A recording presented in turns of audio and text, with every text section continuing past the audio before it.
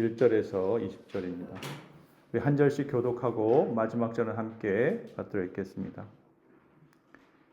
디베르 황제가 통치한 지 15해 곧 본디오 빌라도가 유대의 총독으로 헤롯이 갈릴리의 분봉왕으로 그 동생 빌립이 이두레와 드라고니 지방의 분봉왕으로 루사니아가 아빌레네의 분봉왕으로 다메스가 달려가다 대제사장으로 있을 때에 하나님의 말씀이 빈들에서 사자의 아들 요한에게 임하시라. 요한이 요단강 부근 각처에 와서 죄사함을 받게 하는 회개의 세례를 전파하니 선지자의 기사에 책에 쓴바 광야에서 외치는 자의 소리가 있어 이르되 너희는 죄를 준비하라. 그의 오실 길을 곱게 하라. 모든 육체가 메워지고 모든 골짜기가 메워지고 모든 산과 작은 산이 낮아지고 굽은 것이 곧아지고 험한 길이 평탄하여질 것이요 모든 육체가 하나님의 구원하심을 보리라 함과 같으니라. 요한이 세례받으러 나오는 무리에게 이르되 독사의 자식들아 누가 너희에게 일러 장차 올 진노를 피하라 하더냐. 그러므로 우리에게 합당한 열매를 맺고 속으로 아브라함이 우리 조상이라 말하지마라. 내가 너희에게 이르노니 하나님이 능히 이 돌들로도 아브라함의 자손이 되게 하시리라. 이미 도끼가 나무 뿌리에 놓였으니 좋은 열매 맺지 아니하는 나무마다 찍혀 불에 던져지리라. 우리가 물어 이르되 그러면 우리가 무엇을 하리이까? 대답하여 이르되 옷 두 벌 있는 자는 옷 없는 자에게 나눠줄 것이요 먹을 것이 있는 자도 그렇게 할 것이니라 하고 세리도 세례를 받고자 하여 와서 이르되 선생이여 우리는 무엇을 하리이까 하매 이르되 부과된 것 외에는 거두지 말라 하고 군인들도 물어 이르되 우리는 무엇을 하리이까 하매 이르되 사람에게서 강탈하지 말며 거짓으로 고발하지 말고 받는 긍휼을 족한 줄로 하라 하니라. 백성이 바라고 기다림으로 모든 사람이 요한을 혹 그리스도신가 심중에 생각하니 요한이 모든 사람에게 대답하여 이르되 나는 물로 너희에게 세례를 거두거니와 나보다 능력이 많은 신하가 오시나니 나는 그의 신발끈을 끌기도 감당하지 못하리로라.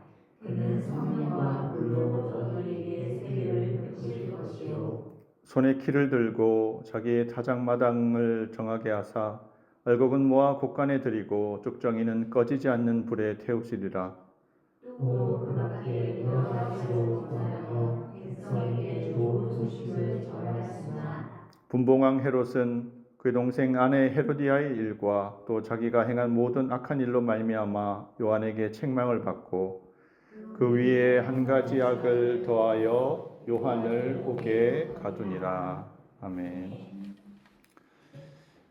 여명의 시간이 가까울수록 어둠은 더 깊어져 갑니다.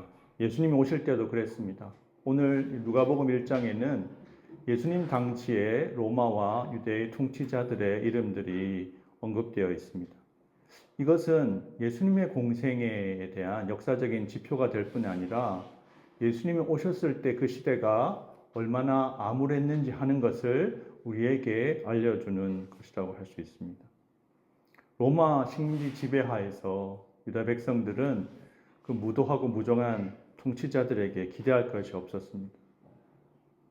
그 무도한 통치로 인해서 고통받던 그들은 더욱더 간절히 구약 성경에서 예언되었던 하나님의 구원자 메시아를 기다렸습니다. 이러한 시대에 세례 요한이 하나님의 말씀을 받아 사역을 시작하게 됩니다. 우리가 이미 살펴본 것처럼 세례 요한은 사람이 살기에 적당하지 못한 광야에서 성장했죠. 누가복음 1장 마지막 절에 이렇게 요한의 성장을 이야기합니다. 아이가 자라며 심령이 강하여지며 이스라엘에게 나타나는 날까지 빈들에 있으니라. 요한이 왜 광야에서 성장하게 되었는지는 알 수 없지만 메마른 광야에서 요한은 하나님만 의지하는 법을 배웠고 하나님의 사명의 때까지 하나님의 사람으로 훈련받았습니다. 고독과 침묵 속에서 하나님의 사람으로 빚어진 세례 요한은 이제 광야에서 외치는 자의 소리로 짧고 강렬한 공적인 사역에 들어갑니다. 주의 길을 예비할 사명을 위해서 광야에서 사역했던 세례 요한, 그가 어떻게 주의 길을 예비했을까요? 요한은 죄 사함을 받게 하는 회개의 세례를 전파함으로 주의 길을 예비했다고 오늘 3절 말씀에서 이야기합니다. 사람들이 자신의 죄를 깨닫고 하나님의 사죄의 은총을 받을 수 있도록 세례 요한은 선지자적 메시지를 선포하고 자신의 거룩한 삶으로 도전하였습니다. 세례 요한의 메시지가 무엇이었나요? 회개하라, 천국이 가까워 왔느니라. 근데 이 말씀 여러분 익숙하지 않나요? 사실 예수님의 공생의 시작을 묘사할 때 예수님의 첫 메시지도 회개하라, 천국이 가까워 왔느니라였습니다. 세례 요한은 말라기 선지자 예언대로 사람들의 마음을 아버지 하나님께로 돌이키게 하는 역할을 했습니다. 보라, 여호와의 크고 두려운 날이 이르기 전에 내가 선지자 엘리야를 너희에게 보내리니 그 아버지의 마음을 자녀에게로 돌이키게 하고 자녀들의 마음을 그들의 아버지에게로 돌이키게 하리라. 주의 길을 예비하는 것은 다름 아닌 회개를 통해서 이루어집니다. 회개는 하나님께로 돌이키는 것입니다. 회개가 뭐라고요? 하나님께로 돌이키는 것이죠. 하나님께로 삶의 방향을 완전히 전환하는 것을 말합니다. 우리가 어떻게 회개함으로 우리를 위한 주의 구원의 길을 예비할 수 있을까요? 첫 번째로 겸손한 자기 인식으로 주의 길을 예비할 수 있습니다. 4절에서 6절까지 한번 같이 읽어보겠습니다. 선지자 이사야의 책에 쓴 바 광야에서 외치는 자의 소리가 있어 이르되 너희는 주의 길을 준비하라. 그의 오실 길을 곧게 하라. 모든 골짜기가 메워지고 모든 산과 작은 산이 낮아지고 굽은 것이 곧아지고 험한 길이 평탄하여질 것이요 모든 육체가 하나님의 구원하심을 보리라 함과 같으니라. 아멘. 누가는 지금 이사야 40장의 예언을 인용해서 죄사함을 위한 회개의 세례를 전하는 세례 요한의 사역을 묘사하고 있습니다. 요한은 광야에서 외치는 자의 소리였습니다. 영적으로 잠자는 자들을 깨우는 소리였습니다. 메시아가 오실 것을 알려주는 하나님의 구원에 대한 기대를 불러일으키는 그런 외침이었죠. 바리새인들이 보낸 사람들이 세례 요한에게 과연 당신은 정체가 뭐요? 이렇게 물었을 때 세례 요한이 오늘 이렇게 대답합니다. 나는 그리스도가 아니라 나는 선지자 이사야의 말과 같이 주의 길을 곧게 하라고 광야에서 외치는 자의 소리로라. 요한은 자신이 그리스도가 아님을 단언합니다. 구원자 그리스도를 맞이할 수 있도록 사람들을 준비시키는 일이 자신의 역할임을 분명히 합니다. 그래서 그는 오늘 말씀에서 오실 그리스도와 자신을 비교해서 이렇게 말하고 있습니다. 16절에 보면 나보다 능력이 많으신 이가 오시나니 나는 그의 신발끈을 풀기도 감당하지 못하겠노라. 요한은 사람들이 자신에게 잘못된 기대를 하지 않도록 철저히 자신을 낮춥니다. 지금 어디까지 낮추고 있죠? 신발끈을 묶고 푸는 일은 그 당시에 종들이 하는 일이거든요. 자신은 그럴 자격도 없다라고 그렇게까지 말하고 있습니다. 자신에게 와서 물로 세례받는데 만족하지 말고 그리스도께서 오셔서 성령의 불로 세례 주실 것을 기대하라고 도전합니다. 세례 요한의 겸손한 자기인식과 메시아의 사자로서 충성스러움을 보여주는 감동적인 일화가 요한복음에 기록되어 있습니다. 예수님께서 공생의 사역을 시작하실 때 세례 요한을 따랐던 많은 사람들이 이제 세례 요한이 아니라 예수님을 따라가게 됩니다.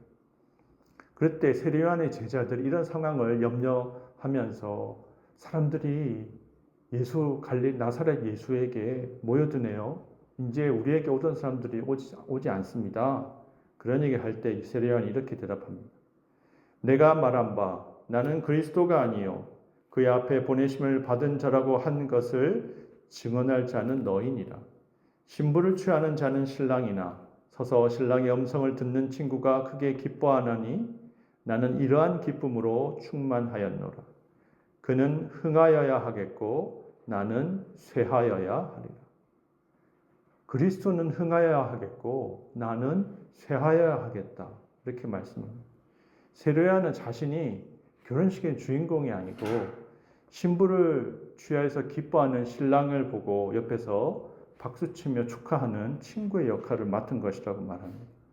그리스도가 하나님의 구원 역사의 무대에서 주인공이 되시기 위해서 예수님께 온전히 스포트라이트가 비춰지기 위해서 자신은 이제 무대의 어둠 뒤로 사라질 때가 되었다고 고백합니다. 이런 세례요한의 모습을 보면 어떤 생각이 드십니까? 저는 이 세례요한의 고백, 그는 흥하여야 하겠고 나는 쇠하여야 하리라는 이 고백이 성경에서 가장 아름다운 고백을 몇 개를 꼽으라면 그 중에 꼭 들어가야 된다고 생각을 합니다. 우리 자신의 모습과 얼마나 대조가 됩니다. 우리가 주인이 되고 싶어 하잖아요. 주인공이 되고 싶어 하죠. 내 뜻이 관철되기를 원하고 내 주장대로 세상이 내 중심으로 돌아가기를 원하잖아요. 근데 세례 요한은 그렇지 않았습니다. 누가 주인인지, 누가 중심에 서야 되는지를 분명히 알았습니다.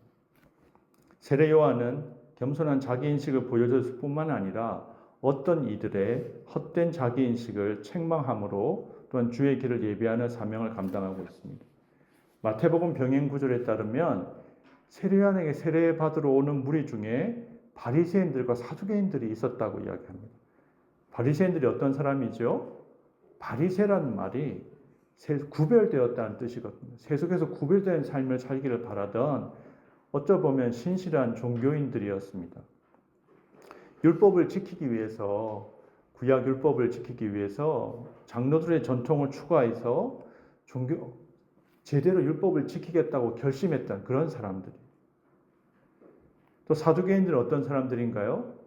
사도계 후예들, 전현직 제사장들입니다.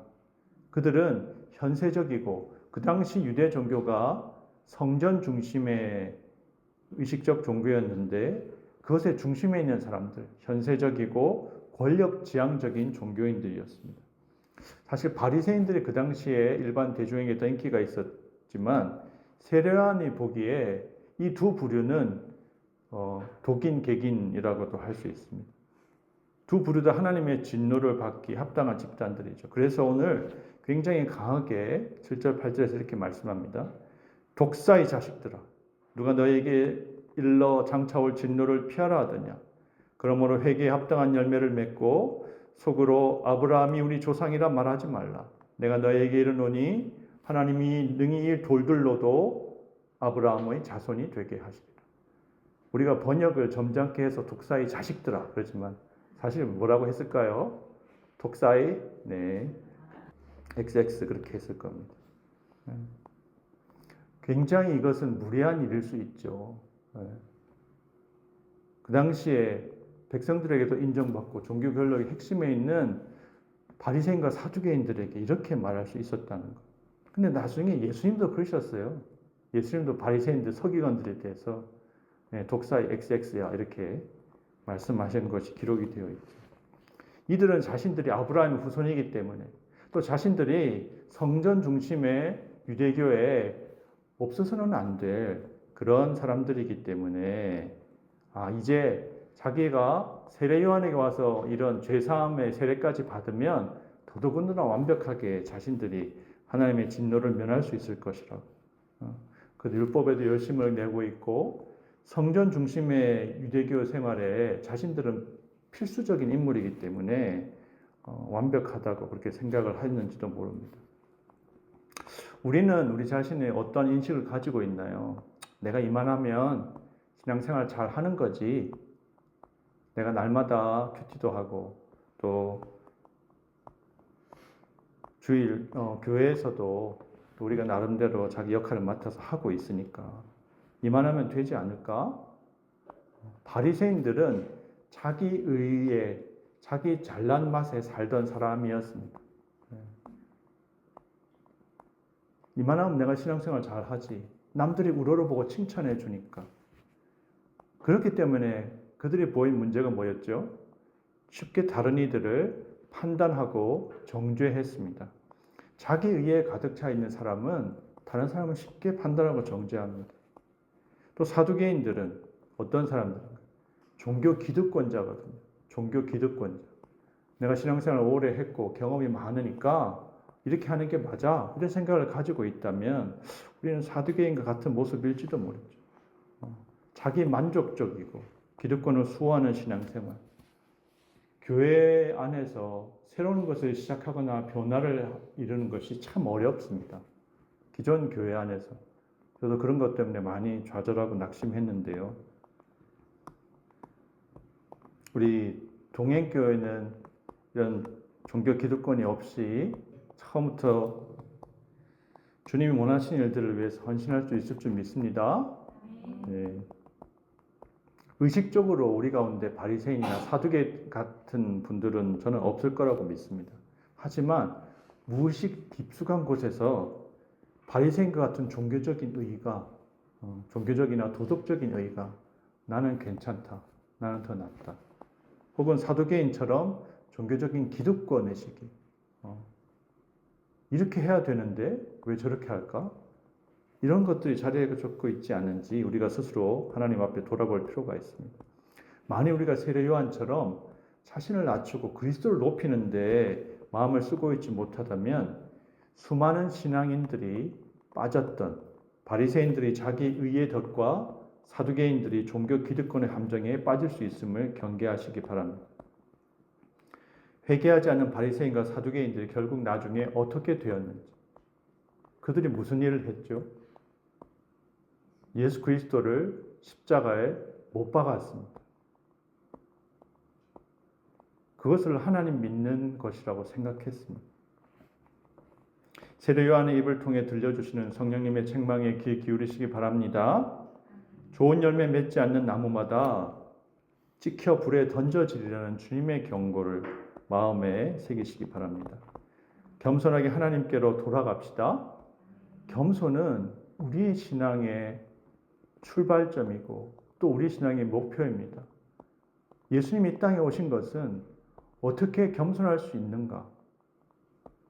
어떻게 하나님 앞에 근본 하나님의 본체시지만 하나님과 동등되지 않고 자기를 낮추셔서 사람들과 함께 되었다는 것. 십자가에 죽기까지 자기를 낮추시고 순종하셨다는 것. 우리가 그것을 기억하시면 좋겠습니다. 겸손한 자기인식은 참된 회개의 첫 번째 모습입니다. 세례 요한처럼 자신을 낮추고 그리스도를 높이는 데에 마음을 모은 우리 모두가 되기를 축복합니다. 두 번째로는 회개에 합당한 열매를 맺음으로 주의 길을 예비할 수 있습니다. 여기 회개, 메타노이아라는 말은 문자적으로는 생각을 바꾸는 겁니다.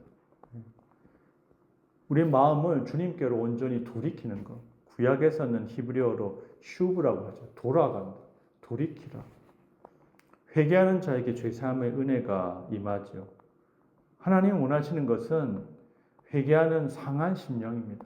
우리 예배 때 오늘도 참회 기도를 했는데 여러분이 얼마만큼 간절히 참회 기도를 하셨나요? 여러분의 죄를 정직하게 고백했나요?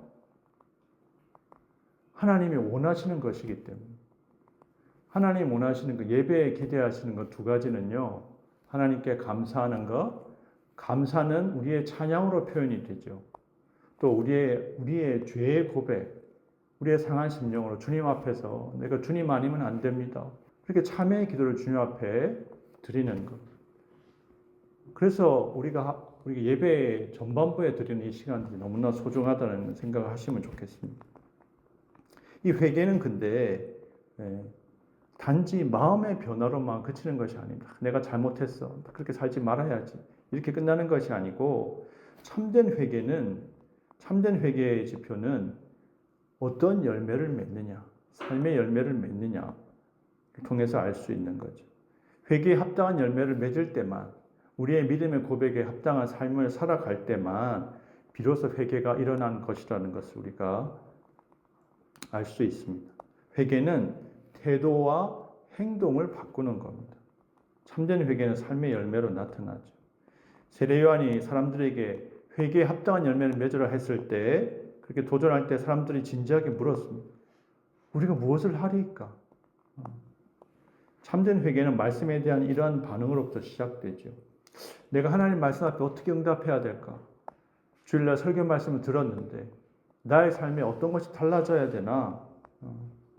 우리가 오랜 동안 그렇게 하나님과 상관없는 방향으로 살아왔으면 그것을 한 번에 다 바꿀 수는 없습니다.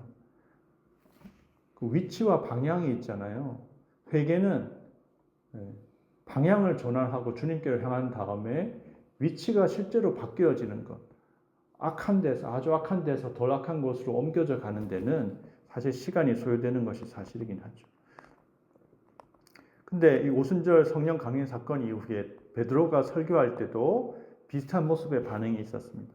베드로가 너희가 십자가에 못 박은 이 예수를 하나님이 주와 그리스도가 되게 하셨느니라 이렇게 선포했을 때 사람들이 마음이 찔렸어요.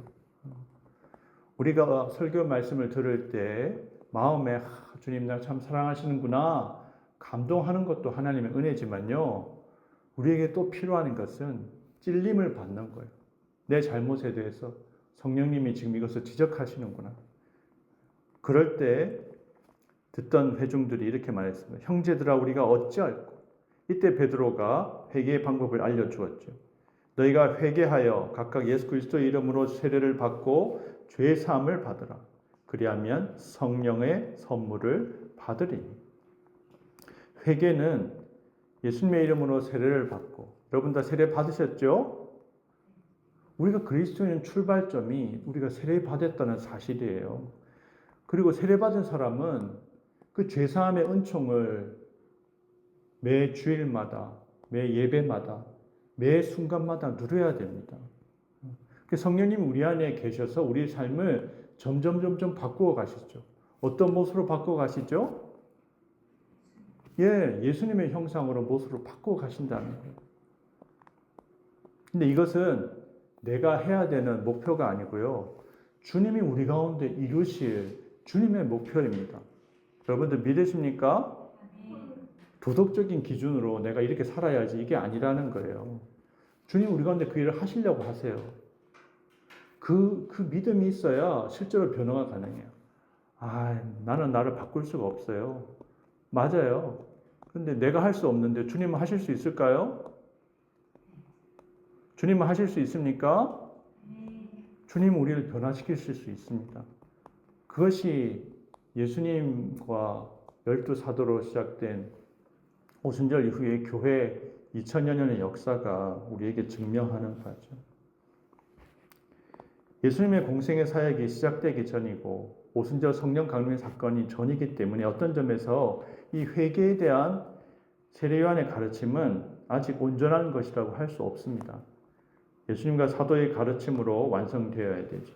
그렇지만 이 단계에서 세례 요한은 하나님께서 기쁘게 받으시는 삶의 변화, 윤리적인 갱신을 공고하고 있죠. 세 부류의 사람들에게 이야기합니다. 일반인에게는 옷 2벌이 있으면 한 벌은 없는 사람에게 나누어 줘라.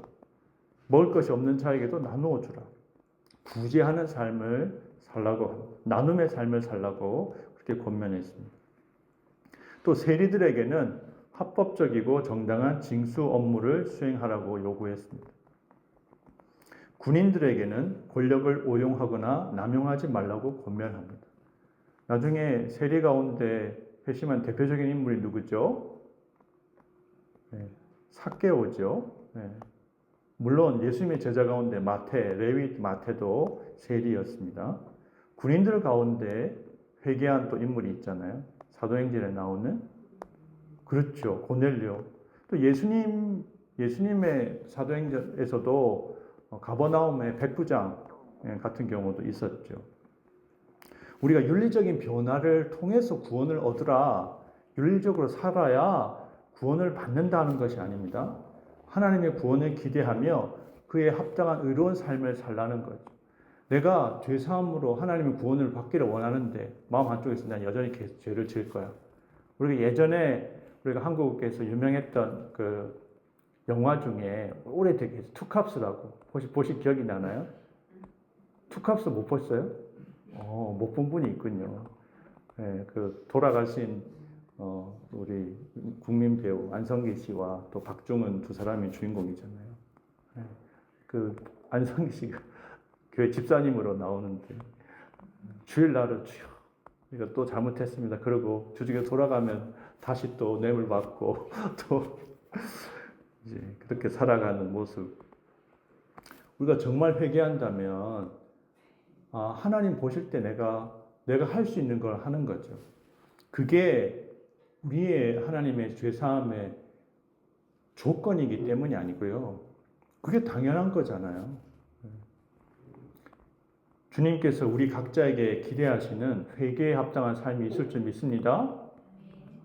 내가 뭘 바꿀까요? 주님 뭘 바꾸길 원하십니까? 여러분들 오늘 예배 가운데 기도하면서 주님께 여쭤보십시오. 주께서 주시는 마음에 우리가 응답할 때 우리의 마음에 시온의 대로가 열릴 줄 믿습니다. 주님께서 오실 길이 은혜의 길이, 생명의 길이 우리 가운데 열릴 줄 믿습니다. 세 번째로 성령의 역사로 주의 길을 예비하는 회개가 가능합니다. 세례 요한은 죄 사함을 받게 하는 회개의 세례를 전파했습니다. 그렇지만 동시에 16절 말씀에 그리스도가 성령과 불로 너희에게 세례를 베푸실 것이라고 예언했습니다. 물 세례를 받는다고 정결되게 된 것이 아닙니다. 물 세례는 상징이고 예표입니다. 우리의 영혼의 정결함, 죄 사함의 은총은 하나님의 어린 양 예수 그리스도의 피로 말미암아 얻게 되는 것인데 이를 가능케 하시는 분은 신자의 마음속에 성령의 역사를 이루시는 성령님이십니다. 사실 이것은 오순절 성령 강림 사건 이후에 이루어지는 것이죠. 그래서 요한의 물세례는 성령의 세례를 소망하고 기대하는 간절한 소망의 표현입니다. 사람의 응답이 필요하지만 회개는 사람의 의지만으로 되는 것이 아니죠. 우리 마음 우리도 어떻게 할 수 없잖아요. 막 싫은데 내 굳은 마음을 어떻게 하겠어요. 성령께서 감동하시고 우리의 마음을 변화시켜 주셔야만 가능하죠. 우리 마음 때문에, 우리 자신의 마음 때문에 여러분들 답답할 때가 있지 않습니까? 내 마음이 왜 이럴까? 내 마음이 왜 이렇게 딱딱하고 굳어 있지? 난 저 사람 도저히 사랑할 수 없어. 저 사람 도저히 용서할 수 없어. 성령이 충만하지 못할 때 우리의 마음의 상태를 성경은 돌과 같이 굳어 있다고 말합니다. 완악하고 목이 굳었다는 표현입니다. 성령께서 역사하셔서 회개가 일어날 때 에스겔 선지자가 이렇게 묘사합니다. 그리고 내가 너희에게 맑은 물을 뿌려서 너희를 정결하게 하며 너희의 온갖 더러움과 너희가 우상들을 섬긴 모든 더러움을 깨끗하게 씻어주며 너희에게 새로운 마음을 주고 너희 속에 새로운 영을 넣어주며 너희 몸에서 돌같이 굳은 마음을 없애고 살갗처럼 부드러운 마음을 주며 내가 너희 속에 내 영을 두어 너희가 나의 모든 율례대로 행동하게 하겠다. 그러면 너희가 내 모든 규례를 지키고 실천할 것이다. 성령 충만하면 성령 충만의 지표가 뭐냐? 하나님 말씀대로 살고 싶어져요. 살아야 되겠다는 결단이 생긴다는 거예요. 오늘 예배하는 가운데 여러분에게 이러한 의지를 주님께서 새롭게 일으키기를 축원합니다. 네, 그게 사는 길이고 생명의 길이거든요. 현재 우리의 마음 상태가 어떤가요? 마틴 루터가 죄에 대해서 묘사할 때요, 뭐라고 묘사했냐면 자기 속으로 구부러진 마음의 상태라고 말해요. 자기 세계 속에 갇혀 있는 거예요. 그래서 모든 게 내 중심으로, 인간의 자기 중심성이 불가피하고 어쩔 수 없다고 생각하지만 그게 죄성으로 나타난다는 거거든요. 그래서 그렇게 되면 내 속으로 구부러져 있으면 내 껍질이 딱딱해져요. 딱딱해서 받아들이지 않습니다.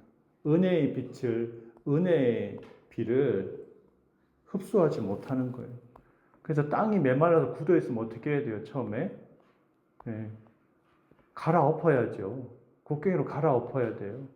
하나님이 우리의 마음을 부드럽게 하는 방법 중에 우리 인생에 하나님이 고난을 주십니다. 고난 받을 때 우리의 마음이요 망가지고 무너지잖아요. 그때 하나님의 은혜의 비가, 생명의 비가 스며들 수 있거든요. 혹시 내 마음이 굳어 있다면, 내가 마음이 굳어 있는 것 같아. 하나님 앞에서나 아니면 다른 사람들에 대해서요, 마음이 굳어 있는 모습들. 그때 우리가 하나님 앞에 기도해야 됩니다. 아직 내려놓지 못하고 포기하지 못하는 그런 마음이 있으면, 그래서 우리가 때때로 성령을 소멸하며 예언을 멸시하는 마음이 있다면 우리가 하나님 앞에 회개해야 됩니다. 성령께서 우리 가운데 주의 길을 예비하는 역사를 이루시기를 축원합니다. 성령께서 우리를 정결케 하시고 우리의 돌 같은 마음을 제하시고 부드러운 마음을 회복시켜 주시기를 기도합시다. 성령께서 우리를 주관하셔서 하나님의 말씀에 순종하며 하나님을 기쁘시게 하는 하나님의 백성으로 살아가시도록 역사하시기를 함께 기도했으면 좋겠습니다. 오늘 말씀을 맺겠습니다. 세례 요한처럼 겸손한 자기인식으로 주의 길을 예비합시다. 우리의 삶에서 오직 그리스도만 높아지시길, 높임을 받으시고 우리의 시선을 주님께만 고정하는 저와 여러분 되기를 소망합니다. 또 회개에 합당한 열매를 맺으시기를 또 축복합니다. 옛사람의 습관을 벗어버리고 변화된 마음과 말과 행동으로 주의 은혜에 합당한 삶을 살아가시기를 축복합니다. 그리고 성령께서 우리 가운데 임하셔서 날마다 참된 회개로 주의 길을 예비하시는 우리 모든 성도들 되시기를 우리 구주 예수 그리스도의 이름으로 축복합니다. 이 시간에